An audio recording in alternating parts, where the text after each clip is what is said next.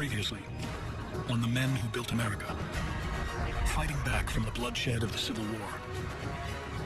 America has grown into one of the most powerful countries on the planet, fueled by a group of visionaries who are building a better future.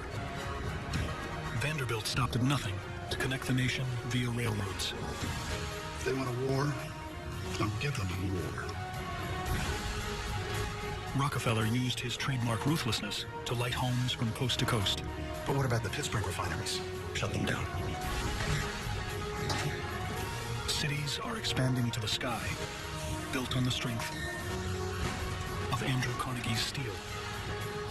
It's impossible. Nothing's impossible. And under J.P. Morgan's control, electricity is starting to power the country. Long live the electric light. We're in the early days of a new industry. In just 35 short years, the nation has changed faster than anyone could imagine. But the incredible advancements come with a price. All those in favor of striking, raise your hand. An undercurrent of anger is growing. And many Mr. Frick are looking to take back control of the country. But America's most powerful titans believe they answer to no one. I've heard enough. This is what's going to happen. The Morgan Gang. And with a presidential election on the horizon, their next move will shock the world.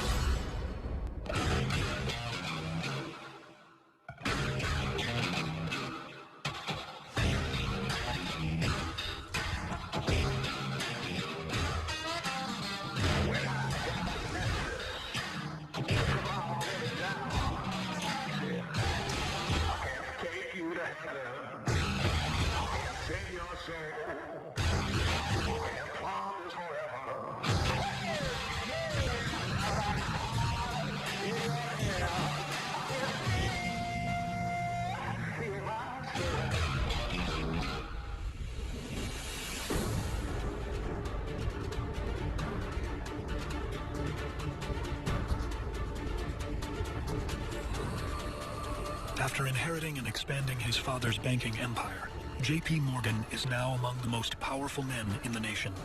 His influence over the country is matched by only two other men.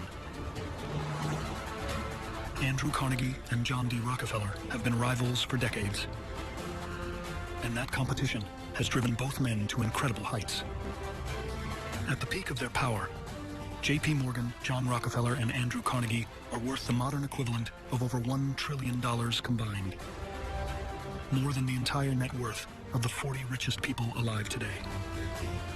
The wealth then, it was like royalty. It was just a different thing. They literally controlled the country. When you're talking about a guy like Rockefeller, it was literally 1% of the economy. It's stunning to think about that. It is almost incomprehensible. But while Carnegie, Rockefeller, and Morgan continue to get richer, others are struggling to get by. The gap between the rich and the poor is as big as it's ever been.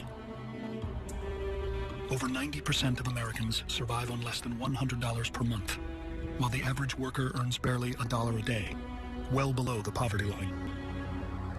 Working conditions in factories across the country are almost unbearable. In a single year, 1 out of every 11 steelworkers will die while on the job. As the country approaches the 1896 presidential election, America's poor are desperate and without hope. One man sees the opportunity to harness their anger, and in the process, propel himself to the White House. William Jennings Bryan. Bryan runs on a ticket promising equality for all, vowing to be a voice for the poor, and to take the fight to the country's elite. The great combinations of capital have encroached upon the rights of the masses. No man can earn $1 million honestly. He made himself the spokesman for the common man. He was the great commoner.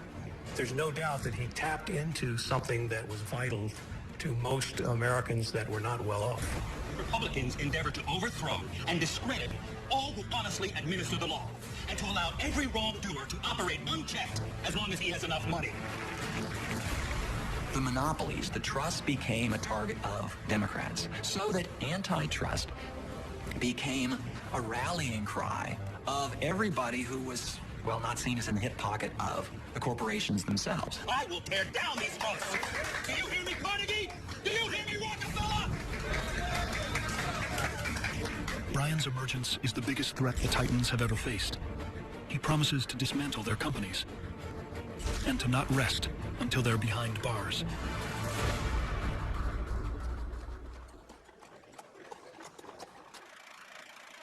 This is William Jennings Bryan at a recent Democrat rally.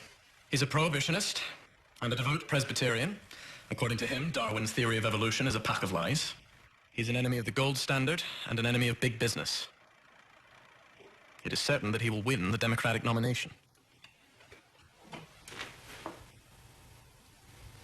What do you think? The Republican Party has a good candidate. No. We have to buy our own president.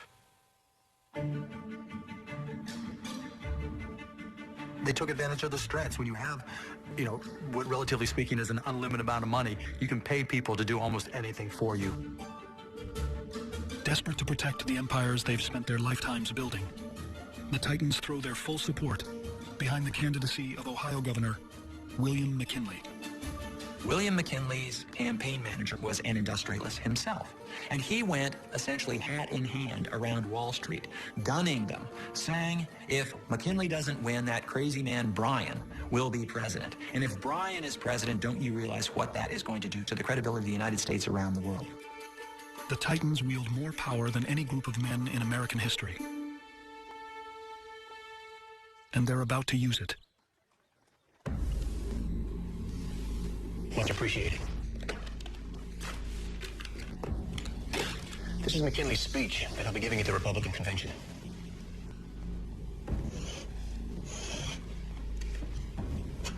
Make sure he sees it in time. Understood. Rockefeller, Morgan, and Carnegie each give over $200,000 to McKinley, the equivalent of $20 million today. The campaign is by far the most expensive in American history, and McKinley outspends Bryan by a factor of 5 to 1.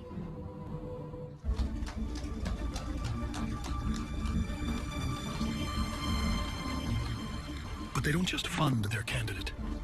The group wields tremendous influence, and they aren't shy about using it. Suggesting headlines and orchestrating PR campaigns aimed at getting McKinley elected. It was easier to buy the publicity that you wanted in those days than it is now. The news media was a smaller market, and it was easier to feed information to your favorite correspondents then than it probably is now. Bryan fights back. He undertakes the country's first whistle-stop press tour, crisscrossing the nation and speaking directly to the people. The tour becomes the model for the way presidential campaigns are conducted to this day. Bryan gives over 500 speeches to huge crowds across the country. I will put rings in the noses of these hogs. Publicly attacking the nation's richest and most powerful men, and vowing to usher in a whole new era. As Bryan's campaign gains traction, the nation's leading industrialists turn to fear tactics. Many big employers, many big industrialists said, if Bryan wins the election, business is going to be so bad, we're simply closing shop. So if Bryan wins on Election Tuesday, don't bother showing up for work on the next day because there won't be jobs.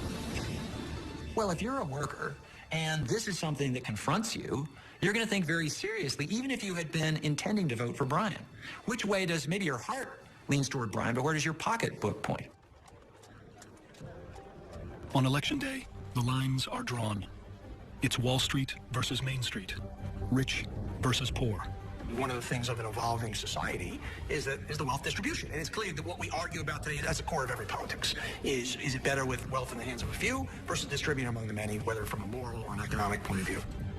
90% of eligible voters go to the polls, roughly double recent turnouts. In the 1890s, voting was a public act. And on one side, there was the Republican ballot box, and the other side was the Democratic ballot box. And so your foreman, or an agent of your foreman, could see who you voted for. So there was a certain coercion that was employed by the Republicans upon those urban workers. They might well have decided what they decided on their own, but this simply made it easier for them to decide that.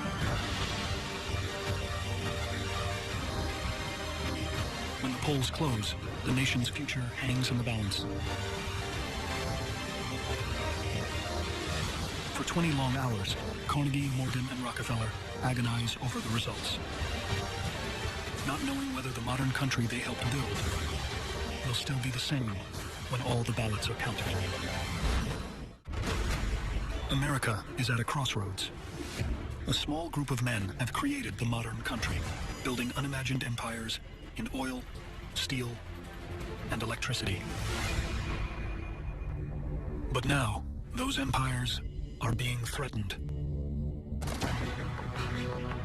People across the country are demanding change, outraged over what they see as corrupt business practices and unbearable conditions for workers.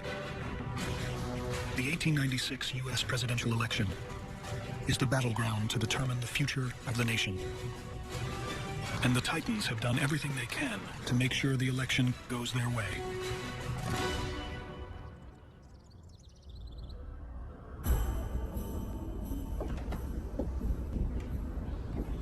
As America goes to the polls, Andrew Carnegie, J.P. Morgan, and John Rockefeller are forced to wait. Ultimately, this decision lies in the hands of the American people. The country is divided. Democrat William Jennings Bryan carries the rural South and Midwest, while Ohio Governor William McKinley takes the big money Northeast. As the results are tallied, the nation holds its breath. Until finally, a president is chosen.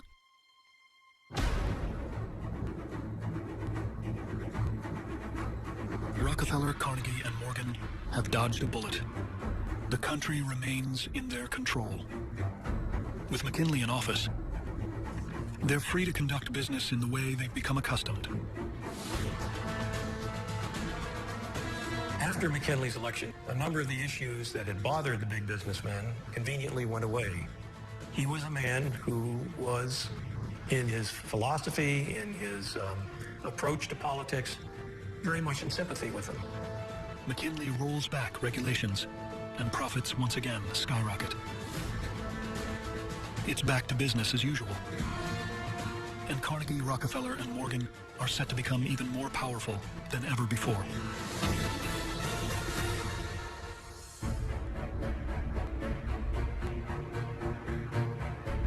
They've defeated their common enemy, and with that ultimate goal achieved, their uneasy alliance begins to fray. Rockefeller is the first to break ranks. Because Rockefeller, because Carnegie were so wealthy, because they had so much money, they had more money than they could profitably reinvest in their own companies. They were looking for things to invest in. John Rockefeller learns of a massive deposit of iron ore in northern Minnesota, the primary material used in the production of steel. Rockefeller knows little about the steel business. What he does know is that Andrew Carnegie is the biggest steel producer in the world, and that this is his chance to beat his longtime rival at his own game. If you're a well-run company, competing against other well-run companies, you're coming up with ideas to jump them. You're thinking they might do this, I'm going to do this. It's not a big, complicated thing.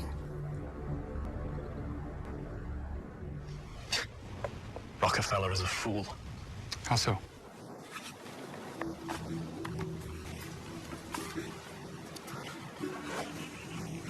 Should we be worried? No. You can buy iron ore anywhere. And the ore from the Mesabi mines is like dust. It clogs the blast furnaces. A steel producer in his right mind would buy it.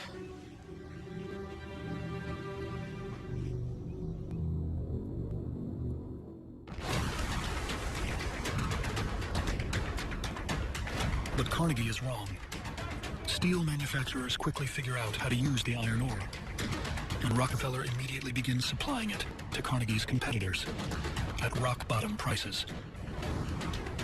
There are many people who either worked for Carnegie, knew how to make steel, can figure out, well, if I could raise a little bit of money, maybe I could start my own steel company and price it just a little bit lower than Carnegie.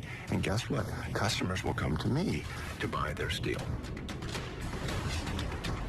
As the competition heats up, Carnegie's customers begin to flee. The impact is devastating.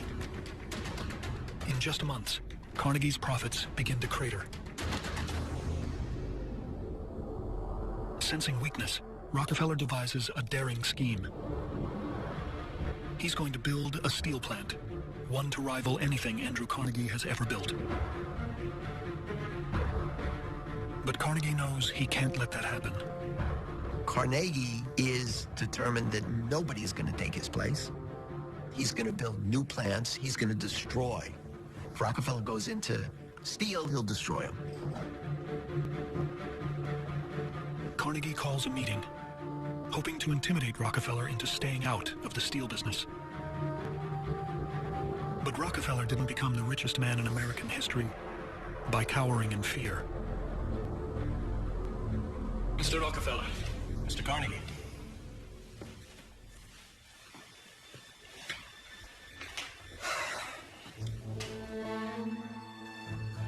You don't want to negotiate with me. I am a great negotiator. I know I intimidate people. I understand that. I get it. And I understand why. And I don't want to intimidate anybody.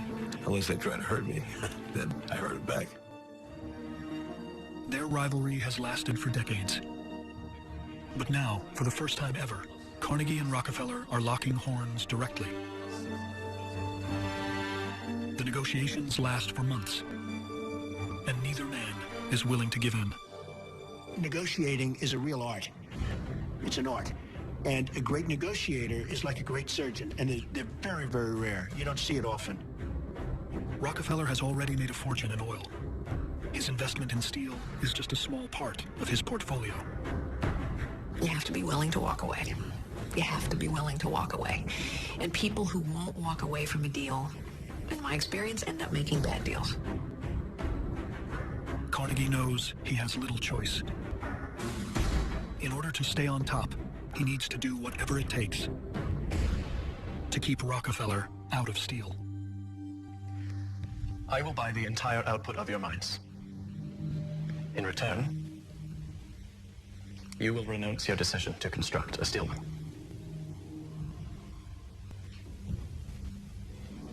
Agreed?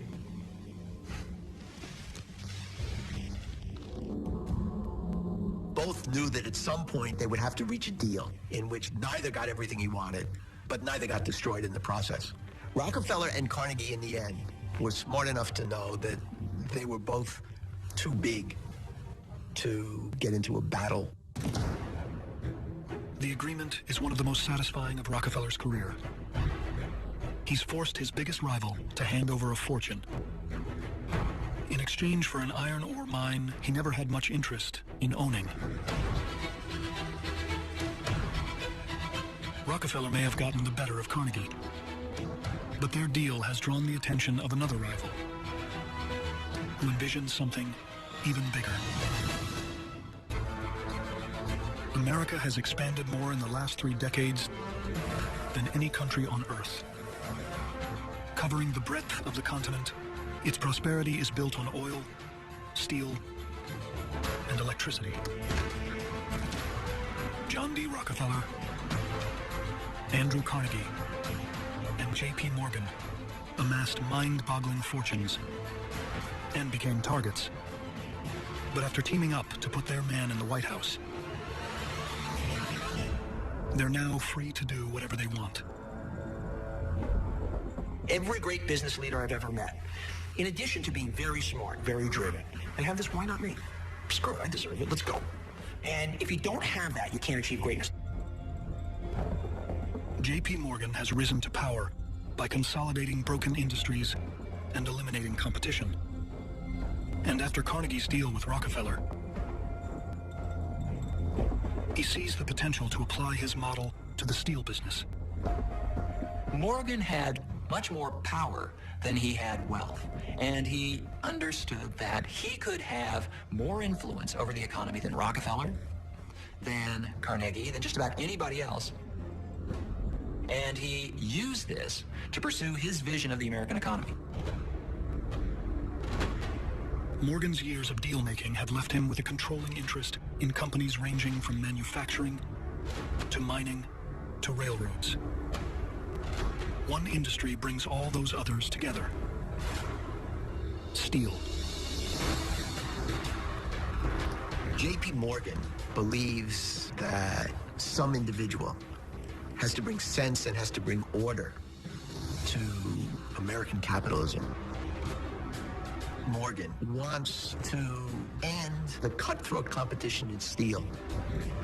And the only way to do that is to bring together the competitors into one new company. If Morgan can consolidate steel, he could potentially create the largest corporate empire in the world. But to do that, J.P. Morgan will need to pull off his biggest and most daring move yet.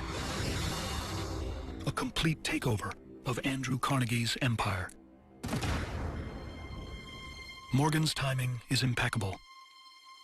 Carnegie, after years of bruising battles, is questioning his future.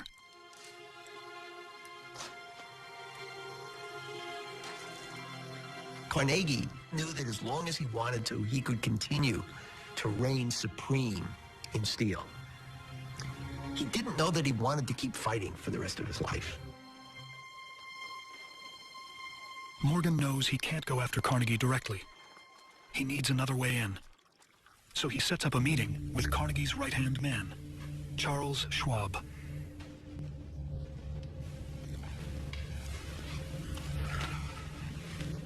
How long have you worked for Carnegie?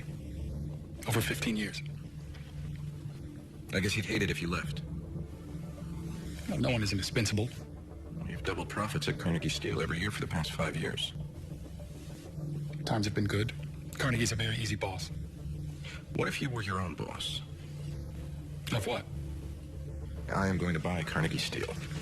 And you are going to be president of the world's largest company. With all due respect, Mr. Morgan, Carnegie would kill your idea at birth. Carnegie would never sell. Everyone has their price. You just have to find out what it is.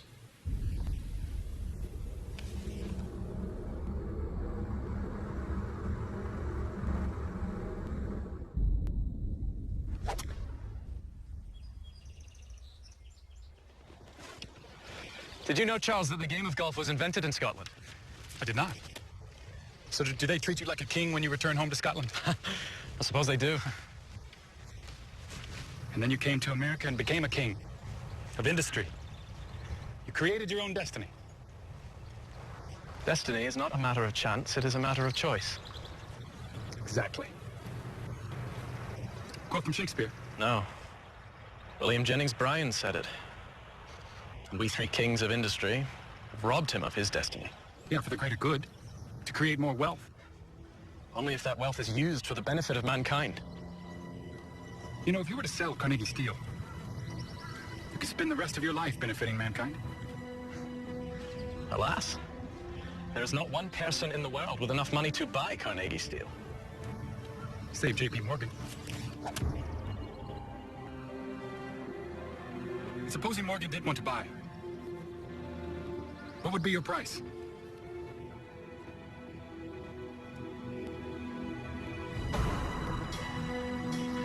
Carnegie wasn't going to do any price haggling with Morgan. Carnegie writes down $480 million on a piece of paper. It's the equivalent of $400 billion today, more than Gates and Buffett together. Carnegie has dared J.P. Morgan to buy him out for an outrageous price. A sum that is higher than the entire budget of the U.S. federal government.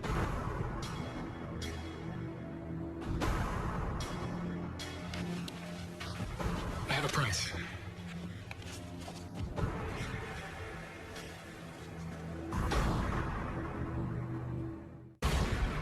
America is on the move. After decades of unprecedented growth, the country has emerged as one of the leading industrial powers in the world.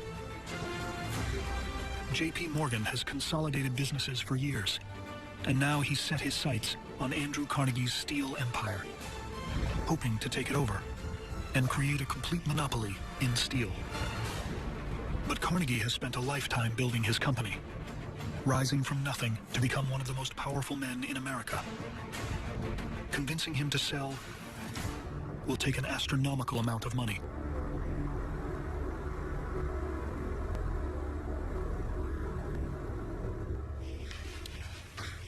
I have a price.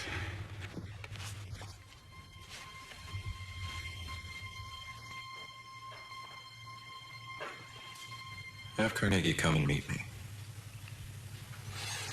Tell him the answer's yes.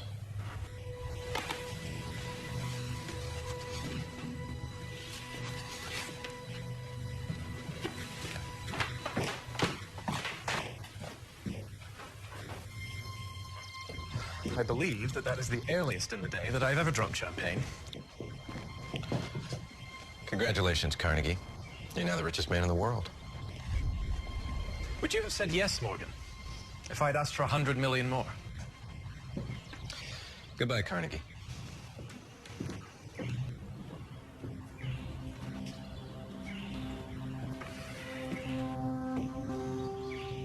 For 30 years, Andrew Carnegie has battled John D. Rockefeller for the title of America's richest man. And now, he's finally surpassed him. The deal gives Carnegie a personal net worth of over $310 billion in today's money, the largest private fortune the modern world has ever seen.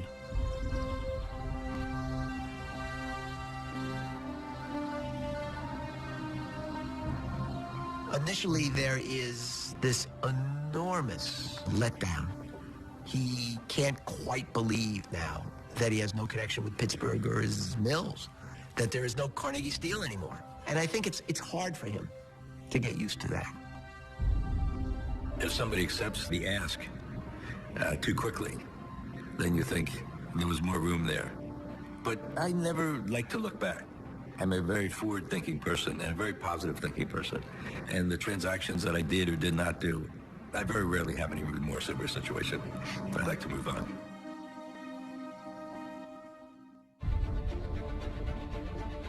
J.P. Morgan calls his new company U.S. Steel.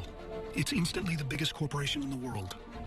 The first company in history to be worth more than $1 billion. And it will dominate the steel business for almost 100 years, virtually unchallenged. But the creation of U.S. Steel is only possible in this new era of unchecked monopolies. An era Morgan helped create when he and his rivals put their president in the White House.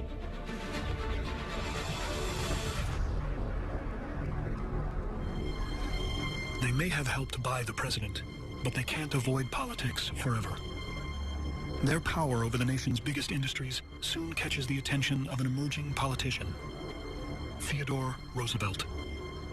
Roosevelt was the kind of figure that had to dominate, had to, in a sense, own the room.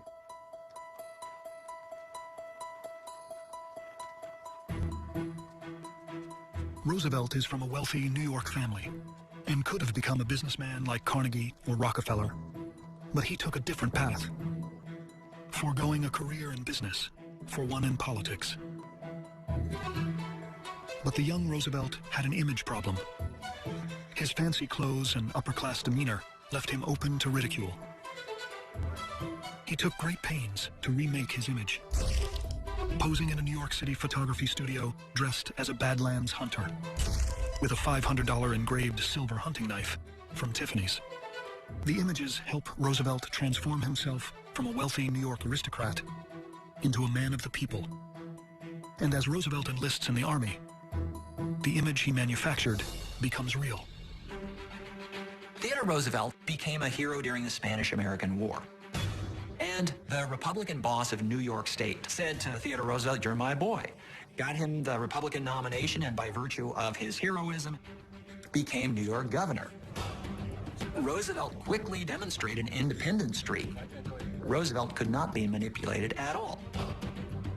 As governor of New York, Roosevelt passes laws clamping down on big business. His biggest targets are the nation's most powerful monopolies and the men behind them. But Rockefeller and Morgan know they can't buy Roosevelt.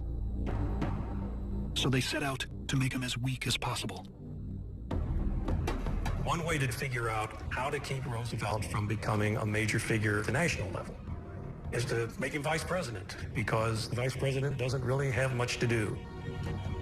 Heading into a new election year, it's a rematch of 1896, McKinley versus William Jennings Bryan. Through a series of backroom deals, some of the nation's richest and most powerful men convinced McKinley to put Roosevelt on the ticket. The vice presidency in those days was a place where people went to disappear. They became vice president, were never heard from again. It's almost like a modern witness protection program.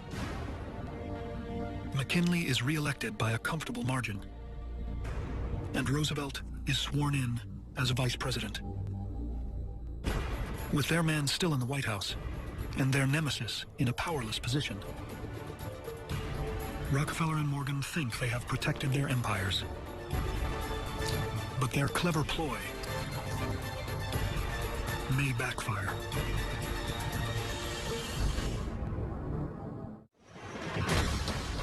The 20th century dawns, and America holds a prominent place on the world stage for the first time. The country is now a land of opportunity, as millions flood in from around the globe, drawn by stories of men who have risen from meager beginnings to build empires. Men like Andrew Carnegie and John D. Rockefeller. The great entrepreneurs that really have had a significant impact in the world take a long-term view. They really think about it in terms of decades, not years or months. They really believe that in the long run, they're going to have a tremendous impact. President William McKinley is re-elected to a second term, and aspiring trustbuster Theodore Roosevelt is installed as vice president, a clever play to silence his influence. With McKinley in office for another 4 years, John Rockefeller and J.P. Morgan have the freedom to expand their empires to unprecedented heights. In September of 1901, President McKinley travels to Buffalo to give a speech heralding America's prosperity. But that prosperity hasn't reached everyone. Many are still struggling to survive. And they're fed up with McKinley's close relationship with big business.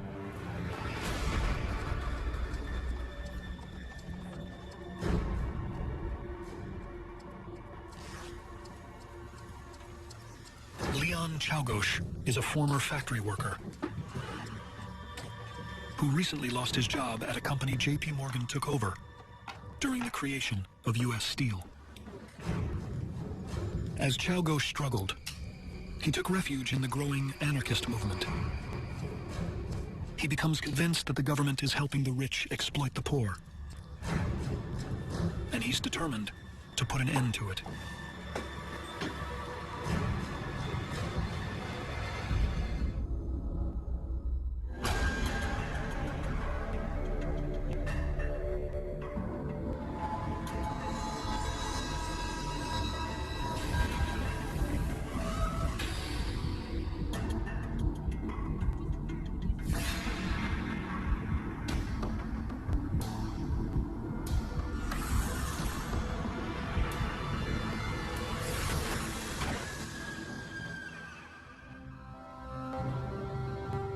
Days after the shooting, William McKinley succumbs to his injuries, becoming the third American president to be killed in office.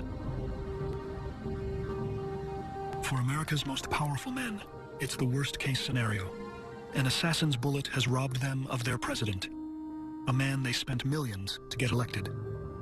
And with his death, their worst enemy comes to power. Teddy Roosevelt is about to become the leader of the free world.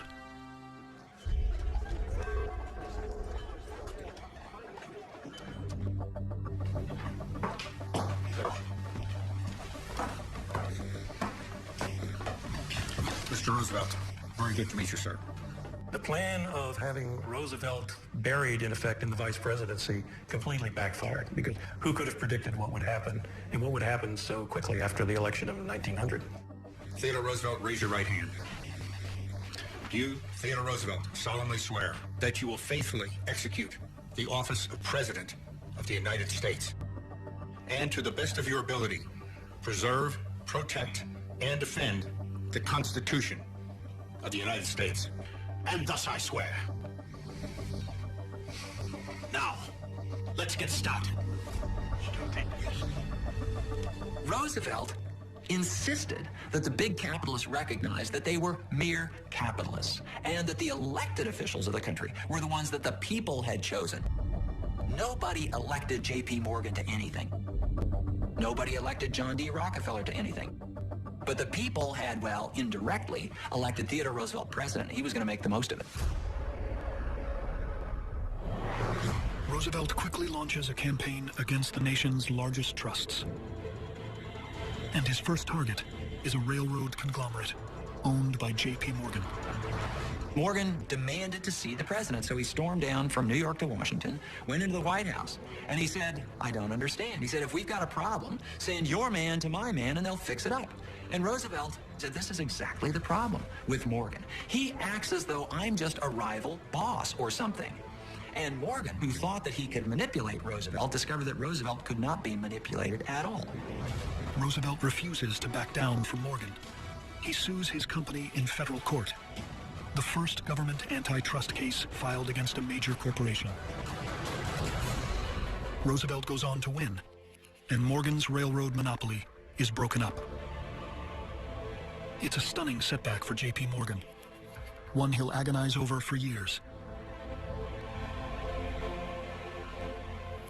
And it's a sign of things to come for his fellow Titans. Roosevelt is elected to a second term, and over the course of his administration, he files suit against dozens of trusts. It's a time of great change for the nation. J.P. Morgan, John Rockefeller, and Andrew Carnegie suddenly find themselves as members of an old guard, aging Titans forced to defend their fading empires. But as other monopolies fall, one target refuses to go down. John D. Rockefeller's Standard Oil has managed to hold off a breakup over multiple administrations. But Rockefeller won't be able to hide forever.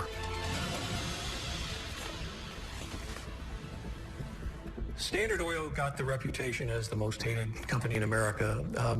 It became literally the symbol for big business evils. It was an example of big businesses getting way too much power and nothing or no one available to restrain them. The government files suit against Standard Oil in what promises to be the biggest antitrust case of all time. And the government is hoping their lead witness will be John D. Rockefeller himself. The feds issue a subpoena, and Rockefeller goes on the run. From California to Maine to Key West, the most powerful man in America has become a fugitive from justice. He went all over the country to escape being served subpoenas. You know, he was constantly running from the law. Rockefeller avoids the subpoenas for months, but life intervenes.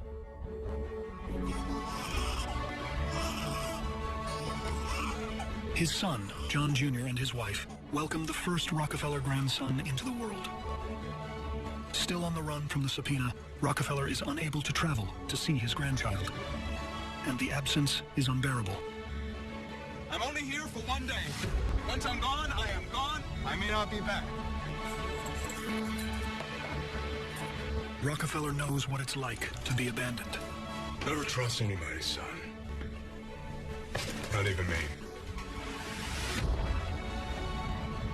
And he's not going to let this case tear his family apart. He turns himself in, agreeing to testify in court in defense of Standard Oil and in defense of an entire way of business he helped create.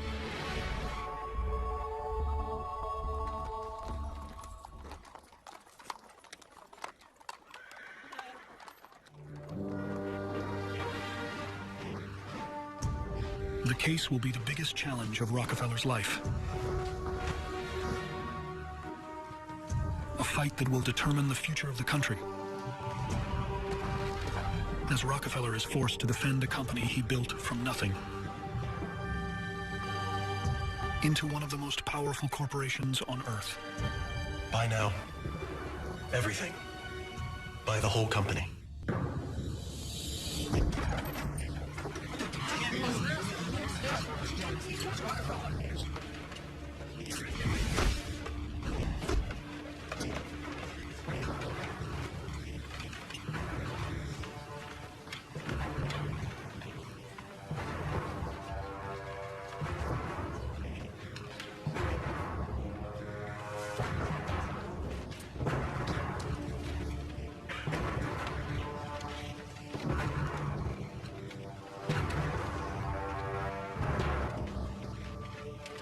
United States versus Standard Oil. This hearing is now in session. Please state your name. John Rockefeller.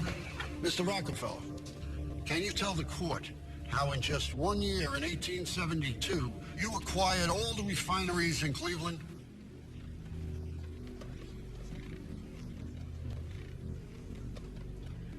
I don't remember. It was 36 years ago. You used intimidation to wipe out the competition, did you not? I mean, so ruthlessly that it became known as the Cleveland Massacre? I don't remember any massacre.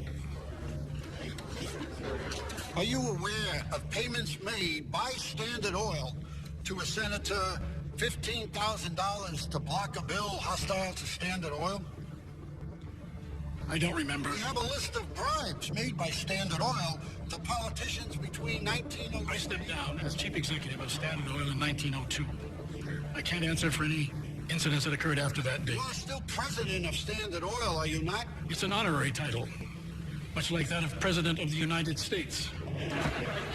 Can I remind you, Mr. Rockefeller, of the seriousness of the charges brought against you? As John Rockefeller fights to keep his monopoly intact, a new generation of businessmen is facing a new set of challenges as they struggle to get their companies off the ground. I have set out to build the best motor car for popular use. The Ford motor car is durable and light, weighing only 1,000 pounds. It has a 4-cylinder engine and is capable of speeds up to 45 miles an hour. It is priced at $900 compared to $1,500 for the average licensed car, which makes it the first car affordable for the common man. Young entrepreneur Henry Ford has created a new kind of car, but in order to sell it, he needs to get permission from the Association of Licensed Automobile Manufacturers, also known as ALUM. ALUM owns the patent on the automobile, giving them complete control over who can manufacture and sell cars. They are, in a sense, a giant car monopoly. And Ford's future now rests in their hands. Thank you, Mr. Ford. We'll be in touch. Thank you, gentlemen. Ford is hopeful he'll be approved by ALUM, allowing him to start his own business and to pursue his dream for the future of the car industry. When Ford entered the automobile business, people didn't drive their own cars. They had drivers. And so cars were seen as this luxury item. Ford's insight was that cars could be an everyday item. They could be very utilitarian. So that it was within the reach of ordinary people. Ford has spent years developing his car for the common man. He builds his first model at the age of 33 and calls it the quadricycle. But the vehicle is expensive to produce and prone to breaking down. Ford's second attempt, the Model A, is much more suited to the needs of modern America. But he can't begin selling it without permission from ALUM. ALUM was successful in blackmailing other automobile companies, saying you have to be licensed by us or we will sue you, and we own this patent. After months of deliberation, the ALUM board reaches its decision.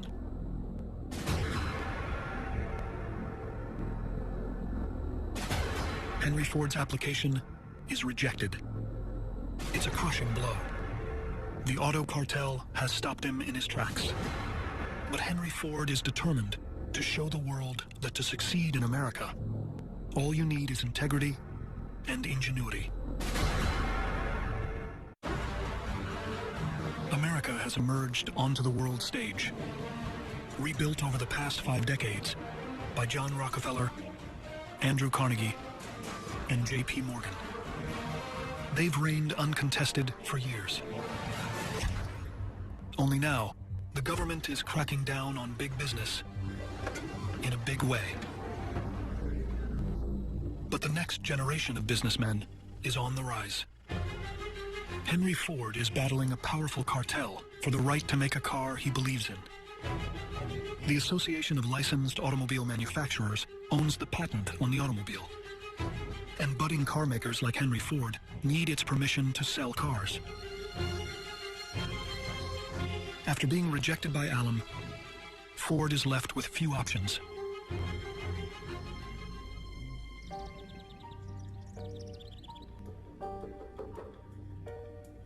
But he isn't about to give up on his dreams.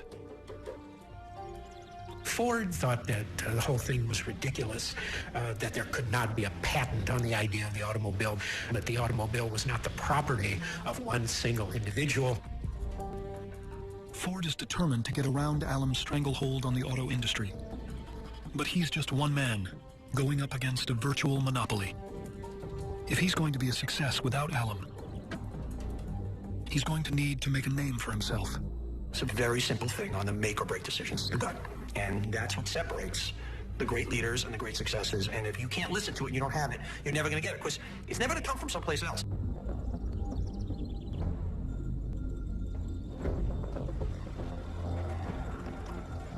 Henry Ford challenges the owner of the biggest car company in the country to a race. Alexander Winton is also known as the fastest driver in America, and a prominent member of Allen. Beating Winton with a car of his own design has the potential to give Ford the boost he needs to start his own company. There's just one problem. Henry Ford has never raced a car before. It's a David and Goliath scene. Winton's famous world record holder has this fancy race car. Ford, the local boy, made good.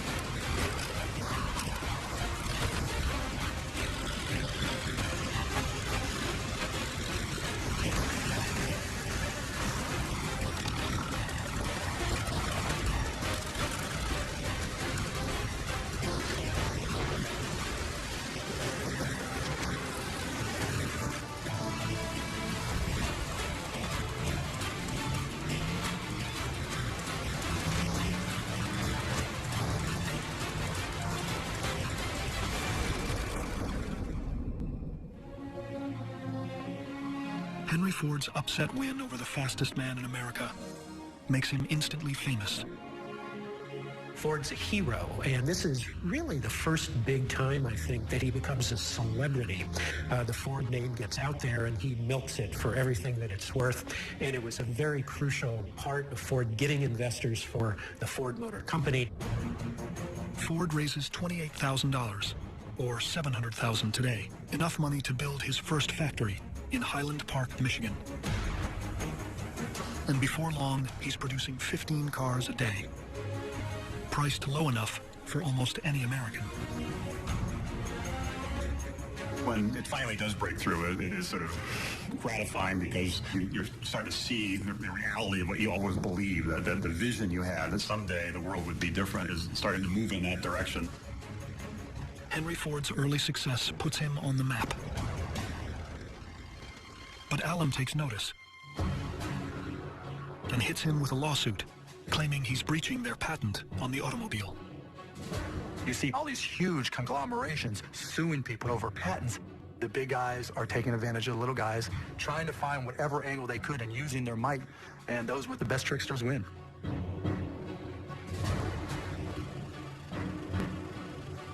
While Henry Ford prepares to bring his fight for the little guy to a Detroit court, the trial to bring down Standard Oil is starting to get ugly. Mr. Rockefeller, we have evidence that you placed several refineries out of business. Not to my knowledge. Do you accept that Standard Oil has enjoyed a profitability higher than most industries? Our profitability is no higher than that of U.S. Steel. I haven't heard of anyone attempting to break up U.S. Steel. While Rockefeller is fighting to save his company, J.P. Morgan has been able to keep his steel monopoly off the government's hit list. He's used his power and influence to broker a number of deals for the nation, applying the might of U.S. Steel to strengthen the country's infrastructure. But Morgan's biggest deal is just getting started in Central America. For years, attempts have been made to build a canal linking the Atlantic and Pacific Oceans. Such a canal would cut east to west travel time in half, saving ships over 8,000 miles per trip. But no one's had the power to make it happen. Until now. J.P. Morgan acts as the middleman for the government and raises $40 million, or $7 billion today, to get the project started. The Panama Canal is the most ambitious construction project the United States has ever undertaken. Over 75,000 workers labor in brutal heat, fighting off deadly diseases, digging a canal 51 miles from the Atlantic to the Pacific.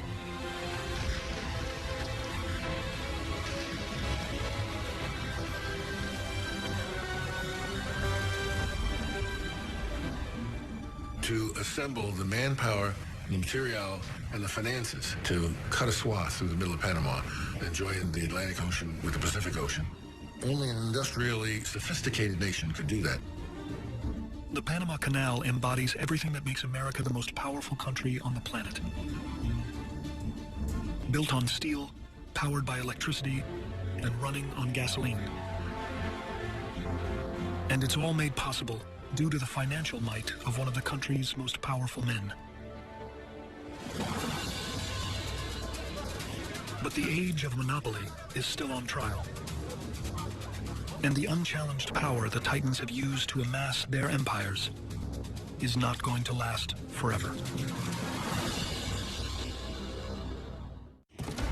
Decades of unprecedented growth have transformed America into an industrial superpower. The change has been driven by some of the largest companies the world has ever seen. U.S. Steel, Standard Oil, and General Electric.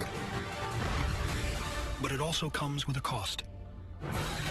Workers are outraged over dangerous conditions at factories across the country. And the gap between the rich and the poor is bigger than it's ever been. Many are convinced that America's largest companies are holding the country back. The age of monopoly is under threat. I hate monopolists. I fought monopolists all my life. I always wanted an even playing field, but I had to fight for an even playing field for myself.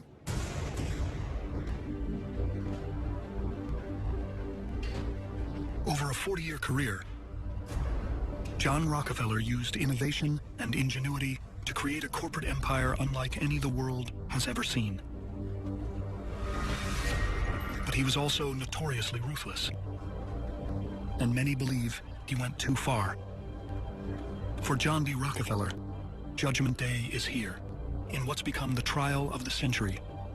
The people versus Standard Oil. The picture painted of Standard Oil is a depressing one. No trust in the history of America has been so destructive in its pursuit of profit.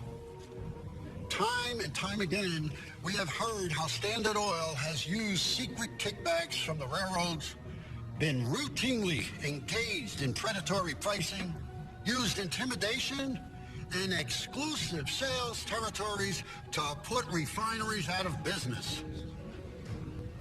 For over 30 years, Standard Oil has been on a mission to crush its competition and establish itself as a monopoly to hoist up the price of kerosene.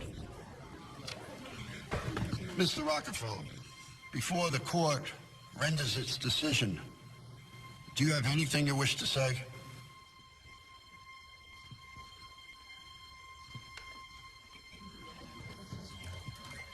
When I came into the oil industry, there was chaos. I brought order. I took a second-rate, inefficient market and built an industry. It was done the way it was because that's the way it had to be done.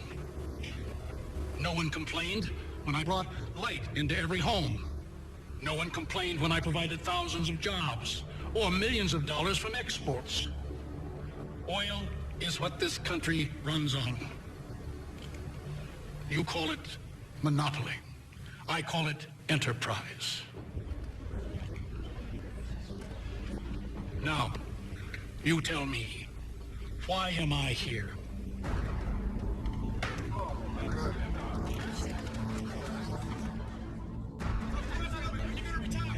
As the court adjourns to deliberate, Rockefeller can only await his company's fate.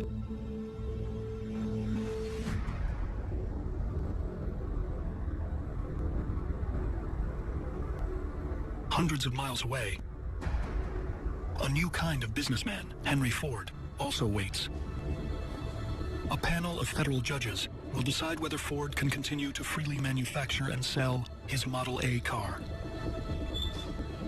The Association of Licensed Automobile Manufacturers is suing Ford for a royalty on every car he sells. Ford knows those royalties would drive up the cost of his car, putting it out of reach for the average consumer. For most early car makers, the lawsuit would be a devastating setback. But for Ford, it's something different, an opportunity. People react to failure in one of two ways. Either they get scared and give up, or they take that failure as a learning experience, and they kind of use that experience to redouble their efforts. Ford is convinced the era of unchecked monopolies is over. So as his lawsuit winds its way through court, he openly defies the order from Allen and continues building and selling his cars. He believes there's a better way to conduct business in America, and he's determined to make it a reality. Henry Ford was able to position himself as an anti-monopolist, really in a certain way as a kind of antithesis of the Rockefellers and the Carnegies. He is the kind of heroic individual entrepreneur who believed in competition, who believed in developing a product and bringing it to the people. Ford begins paying his workers a livable wage, $5 per day, more than double the rate of most U.S. factories. But Ford isn't just paying his workers better, he's also getting more out of them. He innovates a new system for producing cars. Rather than handcrafting each car one at a time, his are assembled by a line of workers, piece by piece. It's called the assembly line, and it completely changes manufacturing forever.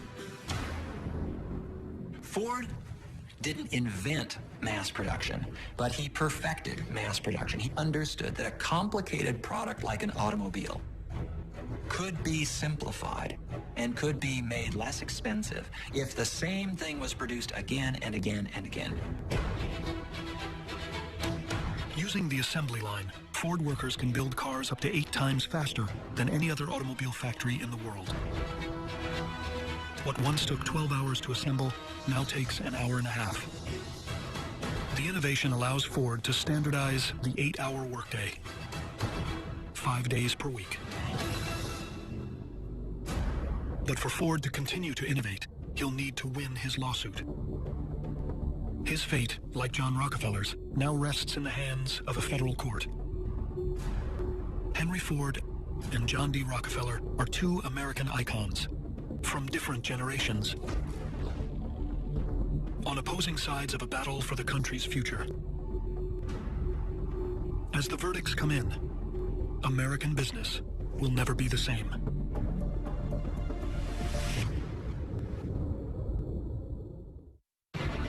America is becoming the most powerful nation on Earth, transformed from a post-Civil War wasteland into a budding superpower. By a group of visionaries who battled the impossible to build unimaginable empires that have brought the country into the 20th century. With all the great entrepreneurs, it was a mix of believing in an idea, but they also recognized that they had to do some things to take that idea and make it real.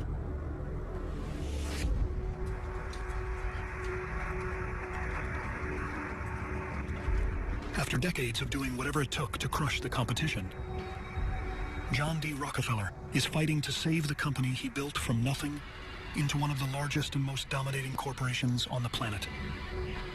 Big business It's a dangerous thing in the eyes of many because of the power it wields. The United States versus Standard Oil. The biggest antitrust trial of all time is about to reach a verdict. 444 witnesses have taken the stand. 12,000 pages of testimony have been recorded. But in the end, it all comes down to the testimony of one man. You call it monopoly. I call it enterprise. John Rockefeller has done all he can to keep his monopoly intact. But the fate of Standard Oil is out of his control. In the case of the United States against the Standard Oil Company, this hearing has reached a decision. This court determines against the Standard Oil Trust on account of its unreasonable business practices, which are in violation of the Sherman Antitrust Act. The Standard Oil Trust must be broken up within 6 months.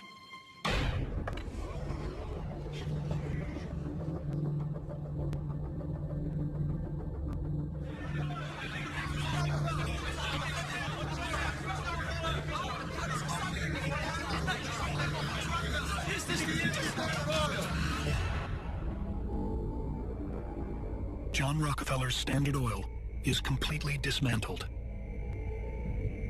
broken up into 34 smaller companies. The age of monopoly is over.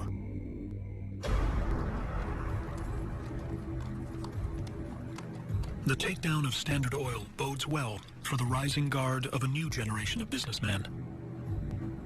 Most of all, Henry Ford. Ford awaits the future of his company. After the powerful auto cartel Alum charged him with breaching their patent on the automobile and tried to shut him down.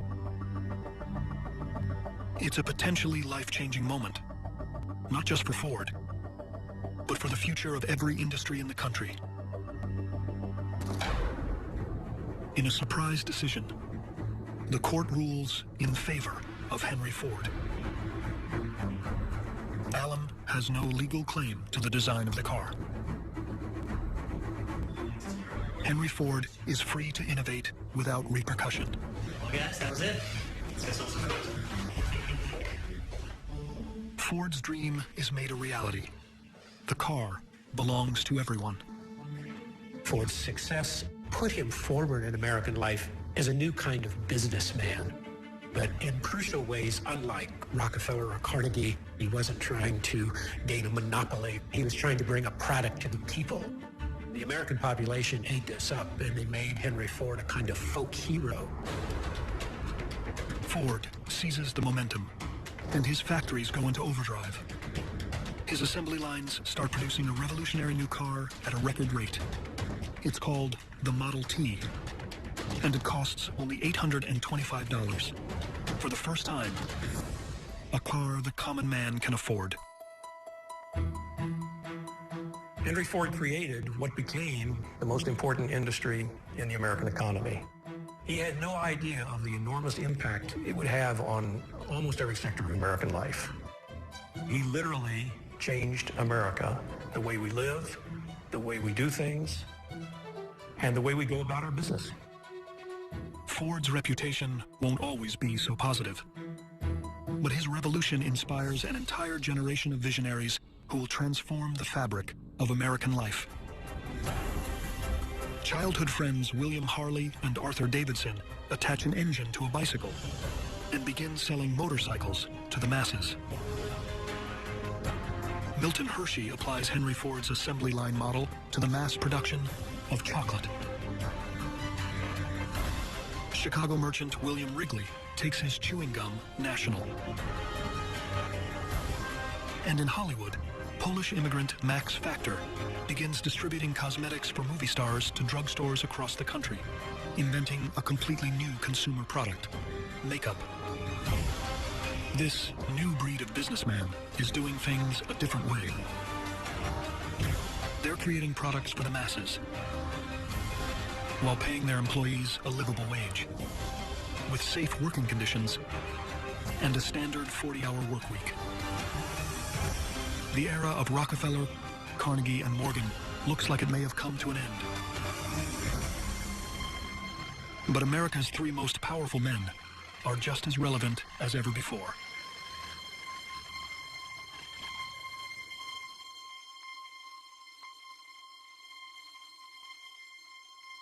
Standard Oil gasoline stations appear across the country, fueling Henry Ford's cars.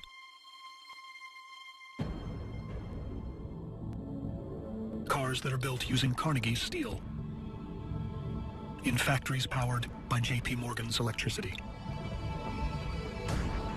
The new breed of businessman may be doing things differently from their predecessors, but their innovations wouldn't be possible without the groundwork laid by men like Cornelius Vanderbilt, Andrew Carnegie, J.P. Morgan, and John D. Rockefeller. The result is broad prosperity shared throughout the country, and perhaps America's greatest innovation yet, a thriving and prosperous middle class. The Industrial Revolution created the development of the middle class. It created wealth that we never would have imagined possible before. John Rockefeller may have lost his court case, but the smaller companies created from Standard Oil will go on to become corporate giants, with names like Exxon, Mobil, and Chevron. And John Rockefeller is a shareholder in each new company. It's ironic, isn't it? I mean, it's a great moment in American history. And it established a principle that monopolistic practices should not be for the future. And that sounds really good, except now they were all separate, and my great-grandfather had large amounts of stock in every one of them. He made more money than ever made in his life. The effect on John D. Rockefeller was absolutely blissful from his point of view. Even in defeat, John Rockefeller becomes the richest man in the history of the world, with a net worth of almost $660 billion in today's money. With the stranglehold of the monopolies over, Americans now realize that anything is possible, as long as they work together. The nation is more powerful than ever, and that power will soon be needed.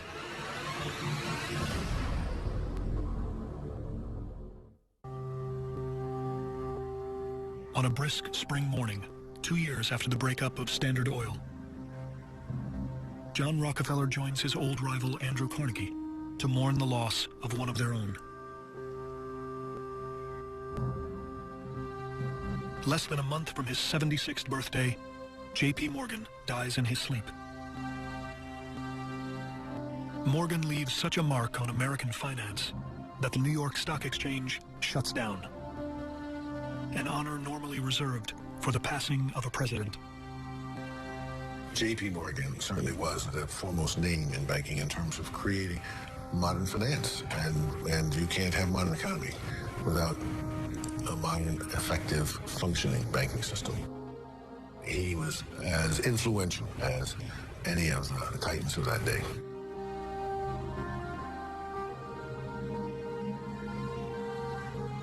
While the old rivals once saw each other as cutthroat competitors, now in their twilight years, the fathers of American business have found a mutual respect.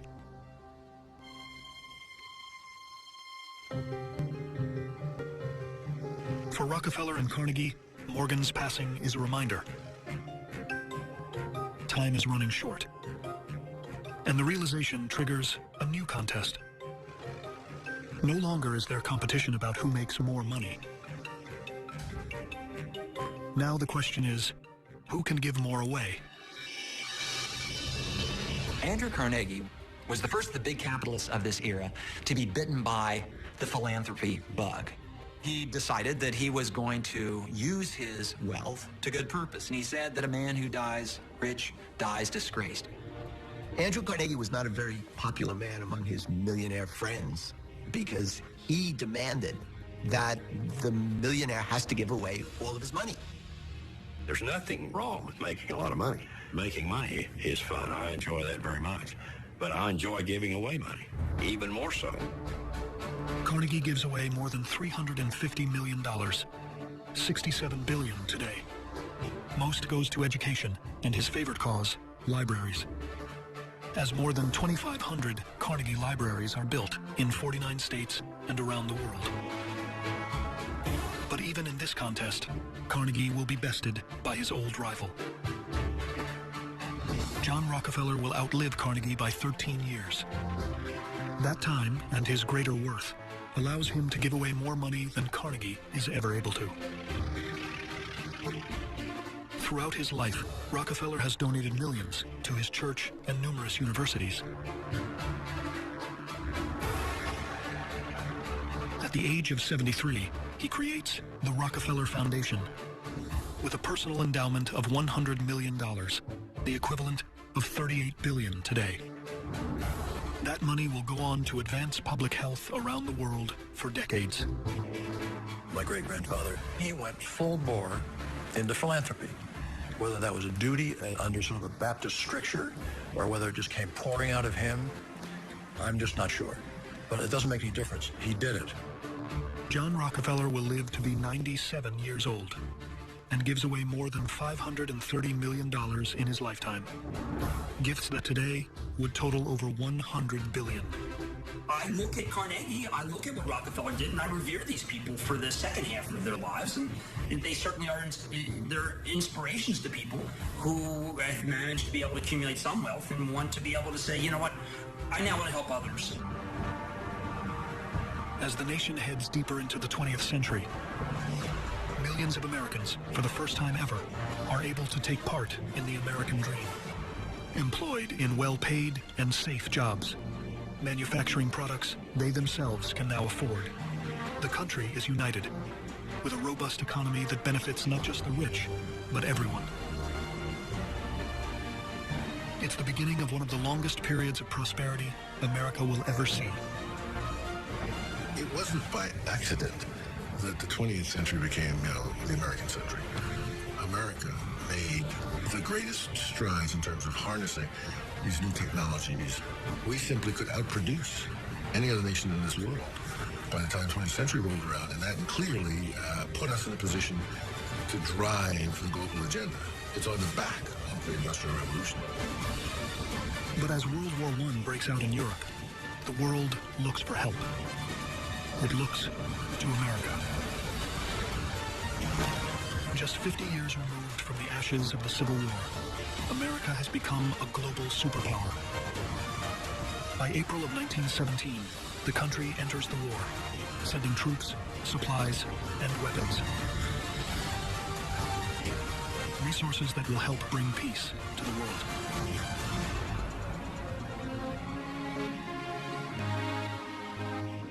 But those resources would have never been possible without the contributions of a small group of visionary men.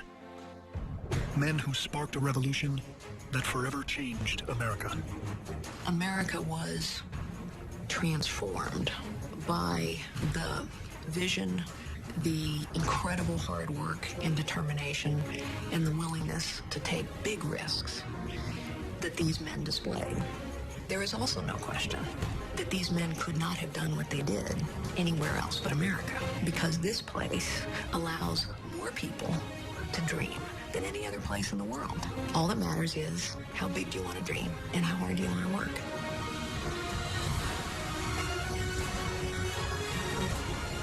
From a broken country